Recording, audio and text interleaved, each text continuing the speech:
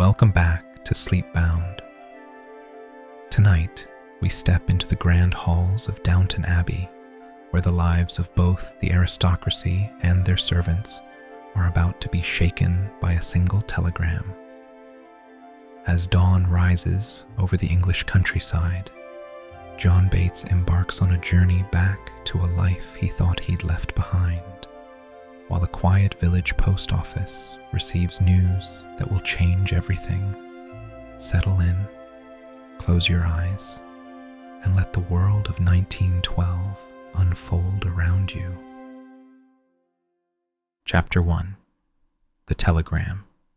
April 1912.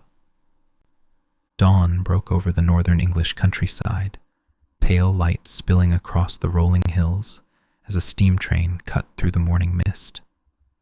Inside a second-class carriage, John Bates sat alone, his weathered hands resting on the silver-topped walking stick, propped between his knees.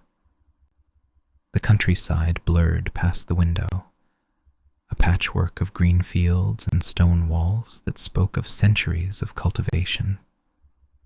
Bates glanced upward through the window at the telegraph wires running alongside the track, humming with their invisible, urgent messages. His expression remained carefully neutral, though a flicker of apprehension crossed his eyes.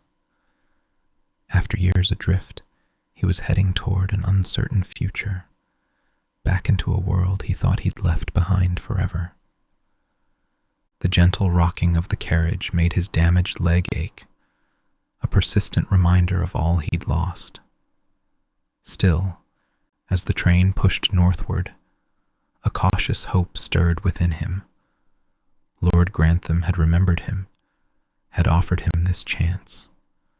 Whatever awaited him at Downton Abbey, it had to be better than what he was leaving behind. In the village post office, a few miles from where Bates's train thundered along the tracks, the postmaster sorted the morning mail with his wife. The quiet routine of their day was interrupted by a sound, the distinctive tap of the telegraph. They exchanged glances, a silent conversation passing between them. "You do it," the postmaster said, his voice tight. His wife sighed, clearly displeased.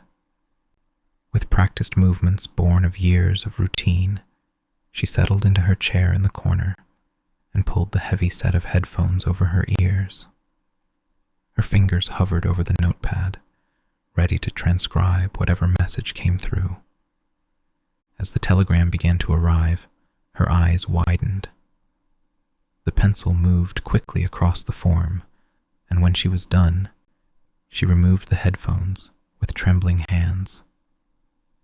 "Oh my God," she whispered, her face pale. The postmaster crossed the small room and peered over her shoulder. His face drained of color as he read the words she'd written. "That's impossible," he said, his voice hollow with disbelief. "It can't be." If anything, he appeared even more shocked than his wife. The news, so devastating it seemed unreal, had shattered the predictable calm of their morning. "I'll take it up there now," he said, reaching for his coat. "Jimmy can do it when he comes in," his wife protested, gathering up the telegram form. "Better take it now." "Don't be stupid," she admonished him, though there was no edge to her words. "None of them will be up for hours, and what difference will it make?" But even as she spoke, she shook her head sorrowfully. The news would change everything, regardless of when it was delivered. The sun was rising behind Downton Abbey, casting long shadows across the immaculate lawns. The great house stood proud on its rise, vast and splendid against the morning sky. Centuries of history were embedded in its honey-colored stone, in the precise symmetry of its windows, in the solid permanence of its walls. So secure did it appear that it seemed as if the way of life it represented would last for another 1,000 years. It wouldn't. Chapter 2. Morning at Downton Abbey. In a small room tucked beneath the eaves of the grand house, Anna and Gwen lay asleep. The room was spare but neat, containing 2 narrow beds, a shared dresser, and little else. A sharp knock rattled the door. 6 o'clock, called a young voice from the corridor. Gwen stirred, her eyes fluttering open. "Thank you, Daisy," she called back, her voice thick with sleep. She glanced across at Anna, who hadn't moved. "Anna?" she prompted. Anna groaned and rolled onto her back, her eyes still firmly closed. "Just once in my life, I'd like to sleep until I woke up natural," she sighed, nestling deeper into her pillow for a moment, before resigning herself to the inevitable start of another day's work. Down in the kitchen, Daisy, the scullery maid, was already hard at work raking out the clinker from the enormous cast-iron range. Her face was smudged with soot, her thin shoulders hunched with effort as she worked. Mrs. Patmore, the cook, bustled in, tying on her apron with practiced hands. Her domain was this kitchen, and within its walls, her authority was absolute. "Is your fire still in?" she demanded, eyeing the range critically. "Yes, Mrs. Patmore," Daisy answered promptly, straightening up from her work. My, will wonders never cease?" Mrs. Patmore replied, her tone sharp but not entirely unkind. Her ruddy face was already flushed from the heat of the kitchen. "Have you laid the servants' hall breakfast?" "Yes, Mrs. Patmore." "And finished blacking that stove?" "Yes, Mrs. Patmore." Mrs. Patmore squinted at her, as if trying to find fault. "What about the bedroom fires?" "All lit, Mrs. Patmore." Daisy wiped her hands nervously on her apron. "I suppose you woke them?" The cook peered at her suspiciously. "I don't think so," Daisy answered, a flicker of uncertainty in her voice. "Then take your basket and get started on the fires on the ground floor," Mrs. Patmore instructed, already turning her attention to the day's cooking. Daisy got to her feet, hefting the heavy basket of kindling and coal with a quiet sigh. Another day had begun, precisely like hundreds before it, and, presumably, hundreds to come. Daisy made her way up the grim kitchen staircase, her shoulders straining under the weight of her burden. She pushed open the green baize door that separated the servants' domain from the family's and stepped into a different world. Sunlight poured through a high glass dome, its rays dancing on the gilded picture frames that adorned the walls, illuminating the rich turkey carpets underfoot, and gleaming on the polished wood floors and furniture. The contrast couldn't have been more stark, from the stark, practical realm below to this showcase of wealth and refinement. Daisy crossed the great hall with quiet, careful steps. Her rough shoes made little sound on the marble-floored entrance hall as she continued into a small library. The fire had not been lit, so she moved on into the main library, a vast, gilded, and splendid room that seemed to stretch endlessly before her. Thomas, the first footman, had just finished opening the shutters. He passed her without a word or acknowledgement as she knelt and glumly started to brush out the grate. Thomas moved with the practiced efficiency and poise that had earned him his position as first footman. Tall, dark-haired, and handsome in a severe sort of way, he carried himself with a confidence that bordered on arrogance. He entered the richly furnished dining room just as William, the second footman, came in with a tray. "Where have you been?" Thomas demanded, his voice cutting through the morning quiet. William, younger and less assured than Thomas, looked up with concern. "I'm not late, am I?" "You're late when I say you're late," Thomas replied, his tone heavy with the weight of his superior position. William said nothing more, instead beginning to spread a white damask tablecloth over the gleaming mahogany table with careful, practiced movements. In the drawing room, Anna and Gwen were opening the curtains and shutters, letting the morning light spill into the elegant space. Anna turned and caught sight of a huddled figure by the fireplace. "Daisy, whatever are you doing there, crouching in the dark?" she asked. The wretched Daisy was bent over the fire grate, her face smudged with ash. "You weren't here, and I didn't like to touch the curtains with my dirty hands," she explained, her voice small. "Quite right, too," Gwen affirmed. Anna shook her head slightly. "Why didn't you put the lights on?" "I daren't," Daisy admitted, eyeing the electric switches warily. "It's electricity, not the devil's handiwork," Gwen said with a hint of exasperation. "You'll have to get used to it sooner or later." Anna smiled, remembering her own initial wariness of the modern contraption.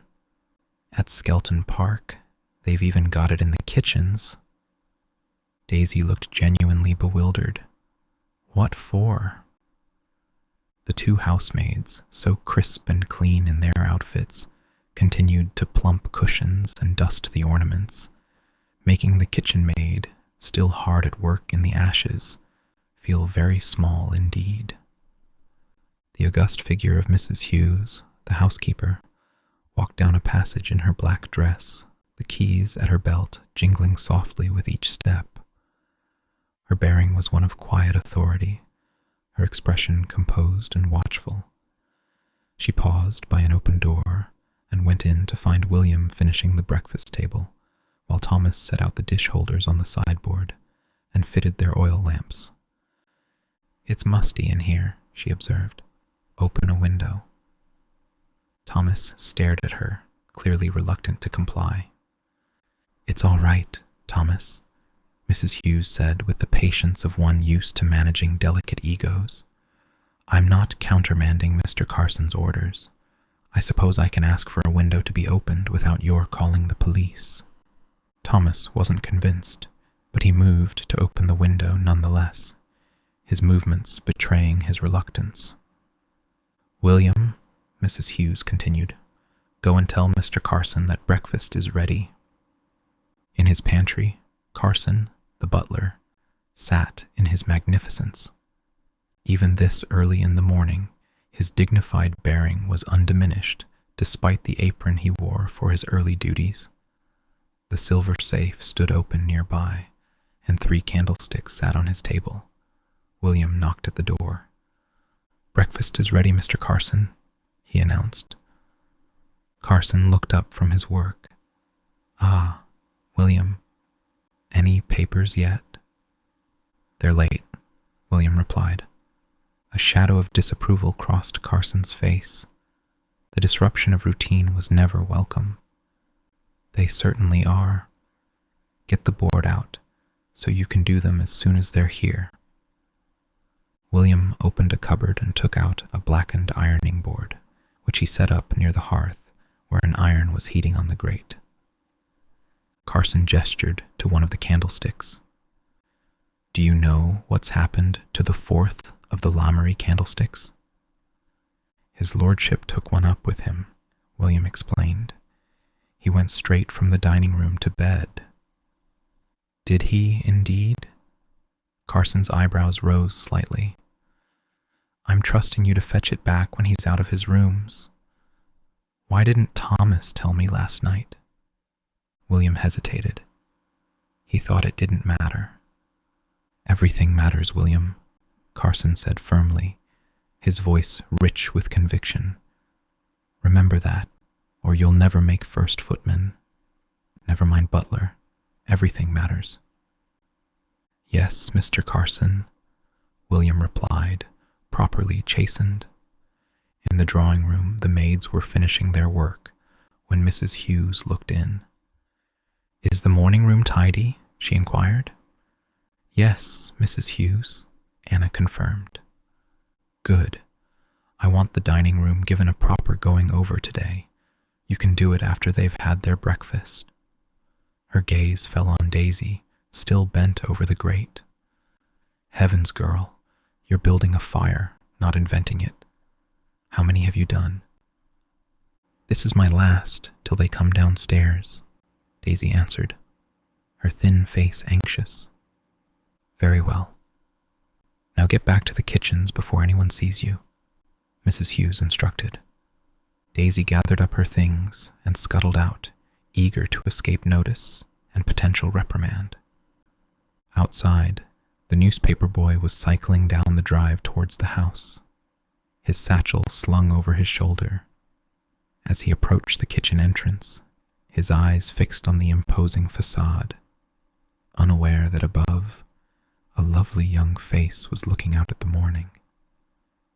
Lady Mary Crawley, 21 years old and the family beauty, stood by her bedroom window. She turned back lazily from the view, the gentle crackle of the fire in her luxurious chamber, the only sound breaking the silence. With an elegant gesture, she walked to the bed and pulled at the bell rope, summoning a servant to begin her day. In the servants' hall below, the entire household staff was at breakfast when the bell rang, its sound cutting through the murmur of conversation. "And they're off," Thomas commented dryly. Mrs. Hughes glanced up at the line of bells. No rest for the wicked. Mrs. Patmore looked up as well. "Lady Mary, are the tea trays ready?" Anna rose from her seat. "All ready, Mrs. Patmore. If the water's boiled, could you give us a hand to take the other two up?" she asked, looking around the table. O'Brien, Lady Grantham's maid, dressed in a black dress with no apron, snorted dismissively. "I've got her ladyship's to carry." "I'll help," Gwen offered, rising from her seat. As they prepared to leave, a noise at the back door caught everyone's attention. "The papers," Carson announced with relief. "At last. William." William hurried to open the door and found the Labrador, Pharaoh, coming in first, tail wagging. The paperboy was just getting back on his bike, already turning to leave. "You're late," William called after him. "I know, but..."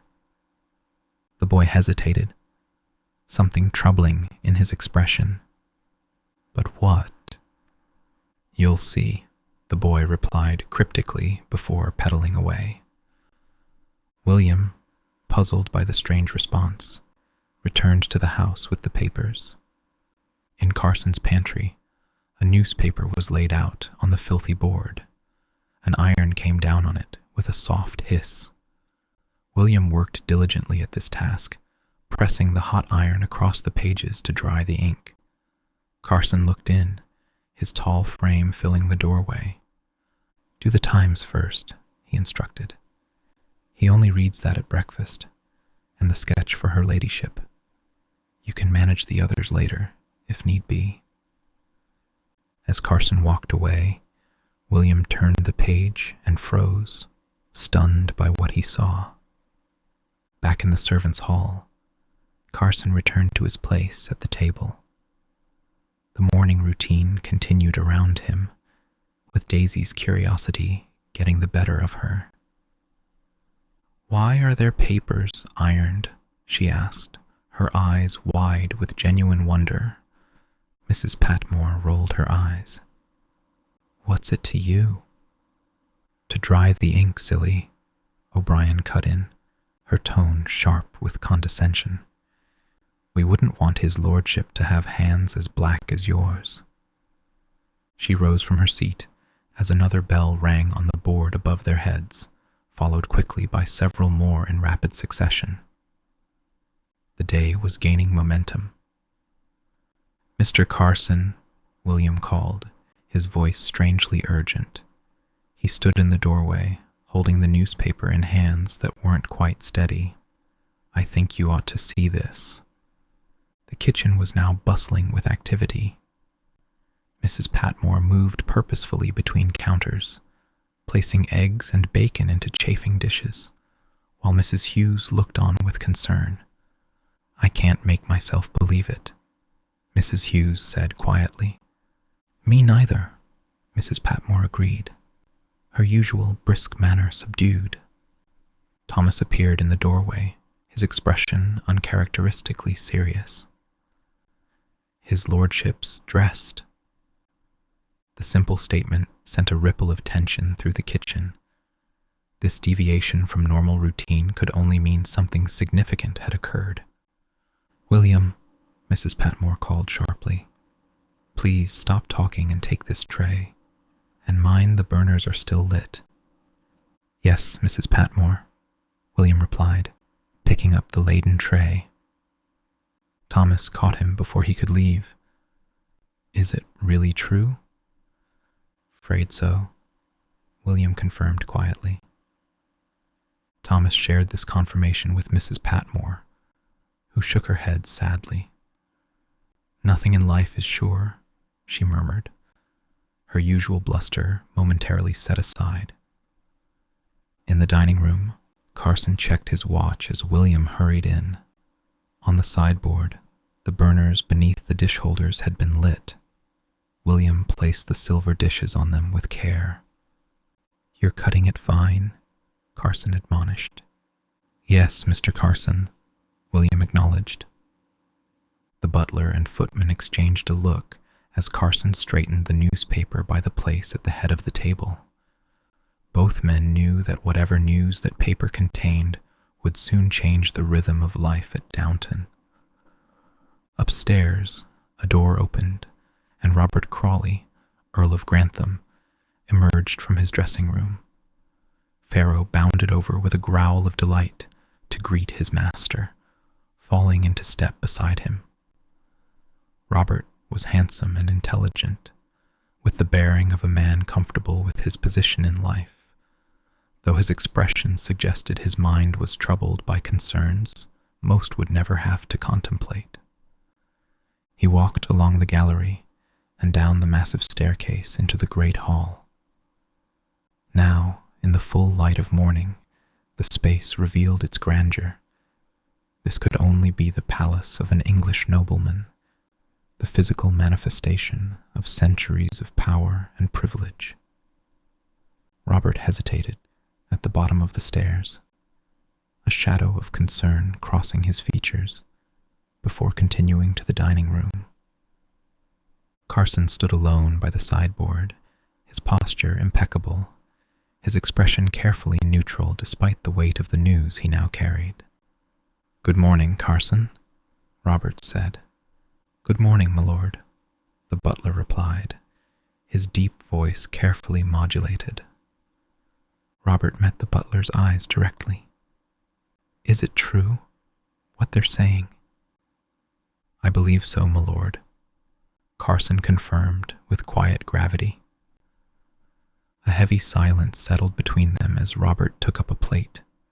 Under Carson's watchful eye, he lifted the lids and helped himself to breakfast, his movements mechanical, his mind clearly elsewhere.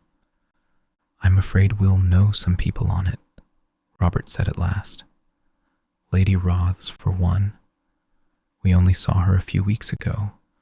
I don't suppose there are lists of survivors yet." "I understand most of the ladies were taken off in time," Carson replied carefully. "You mean the ladies in first class?" Robert looked at his butler, who acknowledged this unspoken truth with a slight inclination of his head. Robert's shoulders seemed to bear an additional weight as he sat down. God help the poor devils below decks on their way to a better life. What a tragedy. He shook open the newspaper, its pages now dry and crisp. On the third page was a picture of the familiar four-funneled liner, Titanic, accompanied by headlines that confirmed the unthinkable disaster. Mary entered with her sister Edith, the family tensions that mirrored the rivalries among the servants immediately palpable in their bearing. They hurried to look over their father's shoulder at the paper. When Anna told me, I thought she must have dreamed it, Edith said, her eyes wide. Do we know anyone on board? Mary asked, moving to help herself to breakfast. Edith followed, the sisters maintaining a careful distance from each other, even in this moment of shared shock. Your mother knows the Astors. At least she knows him, Robert replied. And we dined with Lady Rothes last month. There are bound to be more. I thought it was supposed to be unsinkable, Edith remarked, her voice small. Every mountain is unclimbable until someone climbs it, Robert said with quiet authority.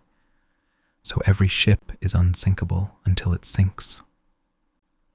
The door opened again to admit Robert's youngest daughter, Lady Sybil, 17 and fresh-faced, carrying an envelope. Good morning, Papa, she said, her voice bright, despite the somber mood in the room. Robert nodded in acknowledgement, pointing at the yellow square in her hand. What's that? Just arrived. A telegram, Sybil explained. I told the boy to wait, in case there's an answer. Robert took it, slitting the envelope open with a table knife. As he read the contents, his face became perfectly still, a mask that revealed nothing while concealing everything. After a long moment, he stood abruptly and left the room without a word, leaving his daughters staring at his unfinished plate, the silence heavy with unspoken questions. As Robert appeared in the bedroom passage, a door opened and O'Brien emerged, her timing impeccable as always. Is her ladyship awake? Robert asked, his voice tight with restraint. Yes, my lord. I'm just going to take in her breakfast. O'Brien's sharp eyes noted his troubled expression. Thank you, Robert replied, moving past her. He knocked gently on his wife's door, speaking as he did so. May I come in? Inside her bedroom, Cora, Countess of Grantham, reclined in bed. Pretty, in her 40s, and American by birth, she was reading a paper when she looked up at her husband's entrance. The elegant room, with its delicate furnishings and pastel colors, provided a luxurious sanctuary that now seemed jarringly at odds with the gravity of the morning's news. Isn't this terrible? Cora asked, her American accent still noticeable even after decades in England. When you think how excited Lucy Roths was at the prospect, too awful for any words. She waited for her husband to respond, but his silence and distant expression gave her pause. Did J.J. Astor get off? She continued, filling the silence. Of course that new wife of his is bound to have been rescued.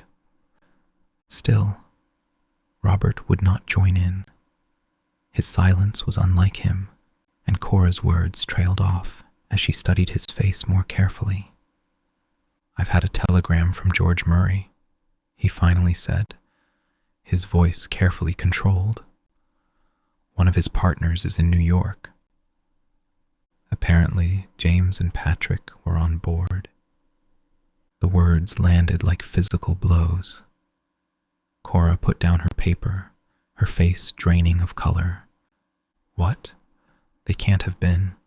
They weren't going over until May. Then they changed their plans, Robert said simply.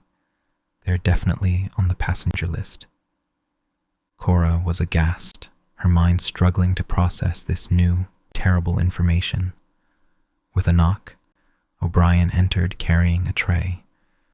She placed it across Cora's legs, and began to tidy the bedside table, her movements efficient, but her ears undoubtedly alert. "Thank you, O'Brien," Cora said, regaining her composure. "That'll be all for the moment." O'Brien didn't need to be told twice. She retreated, closing the door quietly behind her. Cora and Robert stared at each other in stunned silence. The enormity of what had happened, what it meant for their family, was almost too much to comprehend. "But surely they must have been picked up?" Cora asked, desperately hoping for reassurance. "Doesn't look like it," Robert replied, his voice heavy with finality. "What? Neither of them?" Cora's composure cracked. "My God." Tears welled in her eyes as the reality sank in.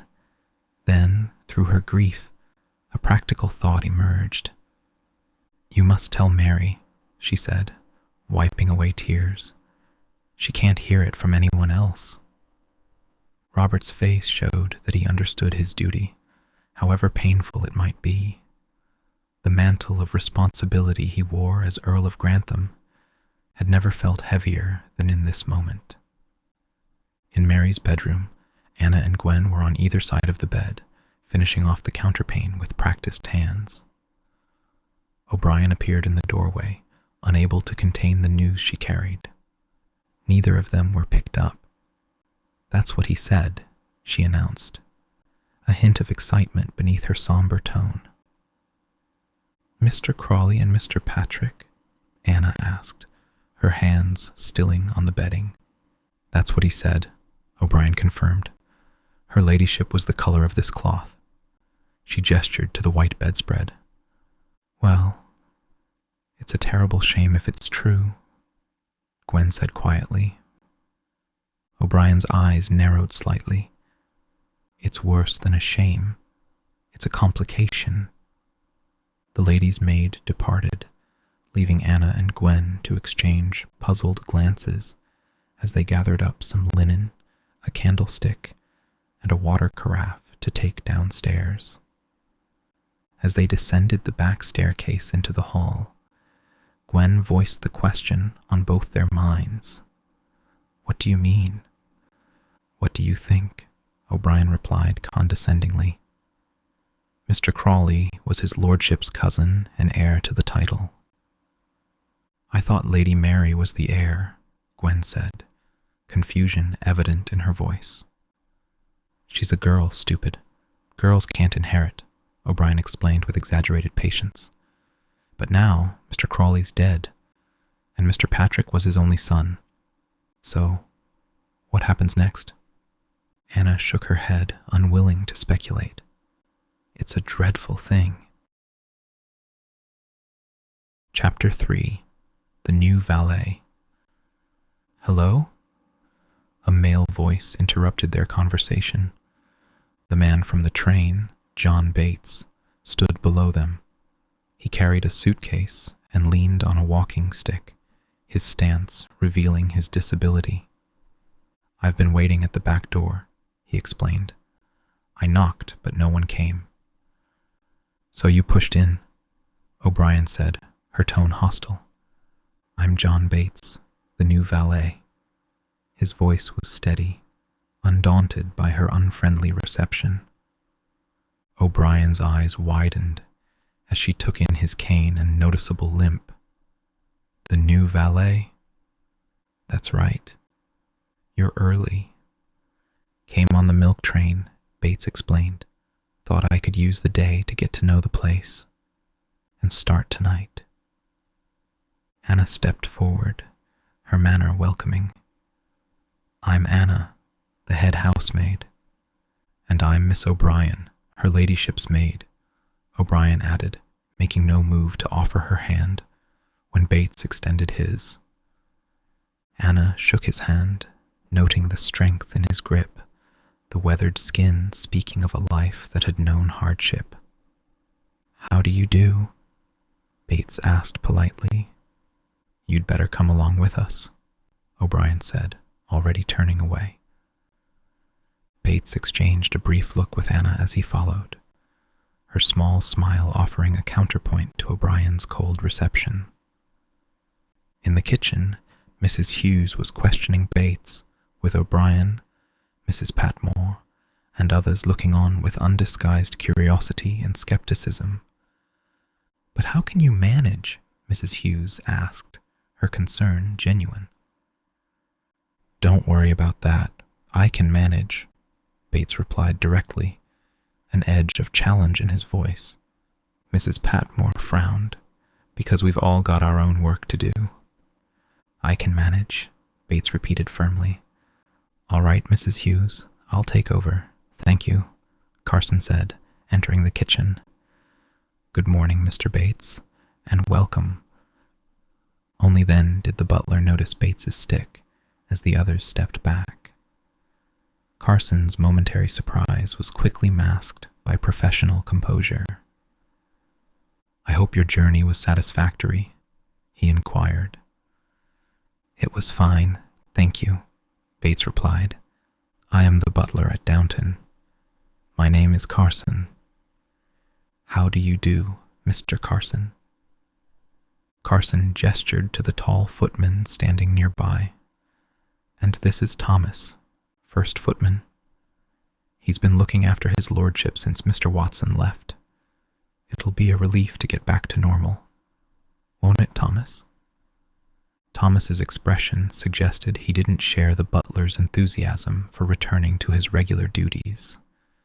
Even Carson seemed uncertain whether this change would indeed be normal. "I assume everything's ready for Mr. Bates's arrival?" Carson asked, turning to Mrs. Hughes. "I've put him in Mr. Watson's old room, though he left it in quite a state, I can tell you," she replied. Mrs. Patmore couldn't resist commenting, "But what about all them stairs?" "I keep telling you, I can manage," Bates insisted, a hint of frustration creeping into his voice. The awkward moment hung in the air until Anna intervened. "Of course you can." "Thomas, take Mr. Bates to his room and show him where he'll be working," Carson instructed. As Thomas and Bates departed, Carson dismissed the remaining staff. "Thank you, everyone." "Well, I can't see that lasting long," O'Brien muttered, loud enough to be heard. "Thank you, Miss O'Brien," Carson replied pointedly, silencing her with a look that spoke volumes. Thomas led Bates to the servants' staircase, where Bates paused briefly at the foot of the 97 stone steps that wound upward into the attics. Taking a deep breath, he gripped his stick more firmly and began to climb, refusing to show any sign of the effort it cost him. Reaching the servants' attics, Thomas waited by the door as Bates put his case on the bed. The room was modest but adequate, with a narrow bed, a small dresser, and a washstand. Bates looked around, assessing his new quarters. "Oh, yes, I shall be comfortable here," he said, his tone matter-of-fact. "Why did the last chap leave?" Thomas leaned against the doorframe, watching him. "Nobody knows. Just took off. Came down one morning, said cheerio, and that was it. Some of his lordship's cufflinks went missing at the same time, but nothing was done about it." "Why not?" Bates asked, his brow furrowing. "They don't like scandal," Thomas replied with a shrug, "and he was clever not to take too much. Come on." Chapter 4. The News Spreads. In the library, Mary stood perfectly still, her face a study in controlled shock. She was alone with her father, the weight of his words settling around them like a shroud. "But I thought he wasn't going until next month," she said finally, her voice remarkably steady. "And he didn't write to say they were leaving earlier?" Robert asked, searching his daughter's face. Mary lifted her chin slightly. We weren't in each other's pockets. No, Robert agreed quietly, watching her carefully. A thought occurred to Mary, and her expression shifted subtly from shock to calculation. Does this mean I'll have to go into full mourning? Robert's shoulders stiffened. My first cousin and his son are almost certainly dead. We will all be in mourning. He was deeply moved by the tragedy, while Mary seemed more concerned with its practical implications, a disconnect that troubled him. No, I mean with the other thing, she clarified, her tone pragmatic. After all, it wasn't official. If you're saying you do not wish to mourn Patrick as a fiancé, that is up to you, Robert replied, his tone measured. No one knew about it outside the family, Mary pointed out. I repeat, it is up to you. Relief softened her features. Well, that's a relief. Her response shocked Robert. Though he loved his children deeply, he realized with a pang that he didn't truly know them, especially his eldest daughter, whose heart remained a mystery to him. In Robert's dressing room, Thomas closed a wardrobe door with a soft click. The room was meticulously neat, lined with mahogany doors, with dressing brushes and small ornaments arranged precisely on a chest of drawers. A large bed stood against one wall, always made up but never slept in. There's some cedar-lined cupboards in the attic for things that aren't often worn, Thomas explained. Traveling clothes and such. Mr. Watson used it to rotate the summer and winter stuff. I'll show you later. Bates surveyed the room, taking in the details of his new domain. What about studs and links? Do I choose them, or does he? Lay them out unless he asks for something in particular, Thomas instructed. These are for a ball, these for an ordinary dinner, these only in London. I'll get the hang of it, Bates said confidently. Yeah, you'll have to, Thomas replied, the subtle challenge in his voice unmistakable. Bates had wandered over to a glass-fronted cabinet beneath the window, his attention caught by the collection displayed inside. Snuff boxes, Thomas explained. He collects them. Beautiful, Bates murmured, studying the intricate designs. It's lucky Mr. Watson didn't help himself. He knew they wouldn't let it go if he had, Thomas said with a knowing look. He was canny like that. Bates continued to gaze at the glittering treasures, a thoughtful expression settling on his weathered face. Funny, our job, isn't it? What do you mean? Thomas asked, watching him carefully. The way we live with all this, Bates replied. A pirate's hoard within our reach, but none of it's ours, is it? No, Thomas agreed, something bitter flickering in his eyes. None of it's ours. In an upstairs passage, Thomas encountered O'Brien, who was carrying fresh linen for the family's rooms. Their eyes met in silent understanding. Well, she prompted quietly. I can't believe I've been passed over for Long John Silver, Thomas muttered, his frustration evident. O'Brien's thin lips curved into a smile that held no warmth. You should have spoken up when you had the chance. Don't make the same mistake next time. Who says there'll be a next time? Mrs. Hughes appeared in the passage before O'Brien could respond. Is this a public holiday no one's told me of? They quickly resumed their duties, but not before O'Brien gave Thomas a conspiratorial wink that promised future conversations. Chapter 5. Uncertain Futures. In the gardens of Downton Abbey, Cora and Robert walked side by side, Pharaoh trotting ahead of them through the neatly trimmed hedges and immaculate flower beds. "I think she's quite right," Cora remarked, continuing a discussion about Mary's reaction. Robert made no comment, his face troubled. "It was a family understanding, that's all," Cora continued. "There's no need to present her as second-hand goods because of a private arrangement." "If you say so," Robert finally replied. She was certainly reluctant to go into mourning. He raised his eyebrows, silently communicating his disapproval of their daughter's attitude. "Well, she'll have to," Cora stated firmly. "We all will. O'Brien's sorting out my black now, and I've told Anna to see what the girls have that still fits." But mourning wasn't what truly occupied her thoughts. "Of course, this alters everything," she added with quiet finality. Robert walked on in silence, unwilling to engage with the implication of her words. "Can't we at least wait until we know they're dead before we discuss it?" Robert asked, his tone revealing his discomfort. "Don't talk as if I'm not broken-hearted, because I am," Cora responded, hurt evident in her voice, but she still had something to say.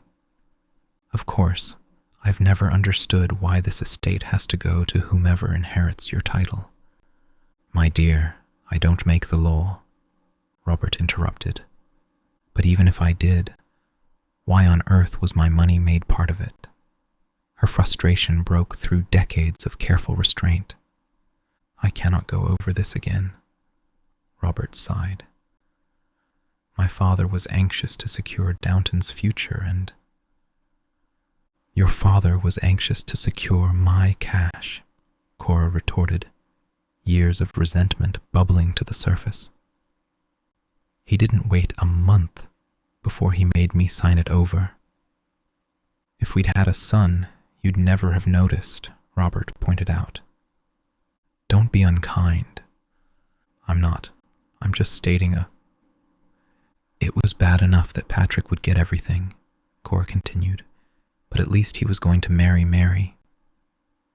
The sight of Carson walking toward them brought her words to an abrupt halt. She composed herself quickly, the practiced mask of the Countess sliding into place. "What is it?" Robert asked the butler. "The Dowager Countess is in the drawing room," Carson informed them, his deep voice betraying no hint that he might have overheard their conversation. "I'll come now," Robert replied. She asked for Lady Grantham. This request surprised both husband and wife. "I wonder what I've done wrong this time," Cora murmured, not bothering to exclude the butler from her wry observation. "Oh, and the new valet has arrived, my lord," Carson added. "Has he?" "Thank you, Carson," Robert acknowledged. Carson hesitated, clearly wanting to say more. "What is it?" Robert prompted. "I am not entirely sure he will prove equal to the task," Carson said carefully, "but your lordship will be the judge of that." He turned back to the house, leaving Cora and Robert to exchange concerned glances. "I'd better go," Cora said, recognizing the summons from her mother-in-law couldn't be ignored. "Tell her about James and Patrick," Robert instructed. "She won't have heard." Thanks so much for joining me tonight. I hope this story has brought you a little peace and relaxation. As always, feel free to drift off whenever you're ready. Did I make the most of loving you? So many things we didn't do. Did I give you all my heart could give? To unlived lives with lives to live. When these endless lonely days are through, I'll make the most of loving you. I'll make the most of loving you.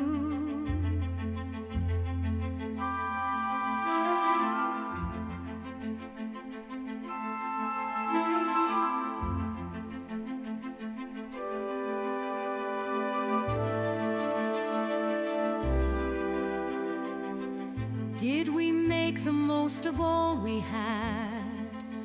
Not seeing you makes my heart sad.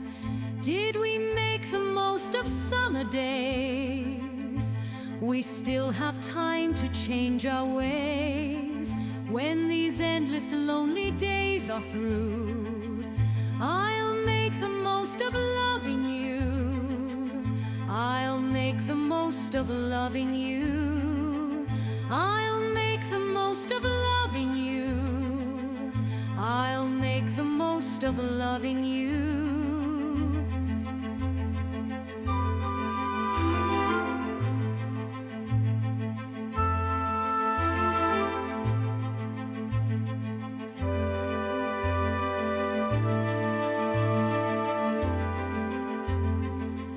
Did those tender words stay in my head? So many things were left unsaid. Did I give you all my heart could give? To unlived lives with lives to live.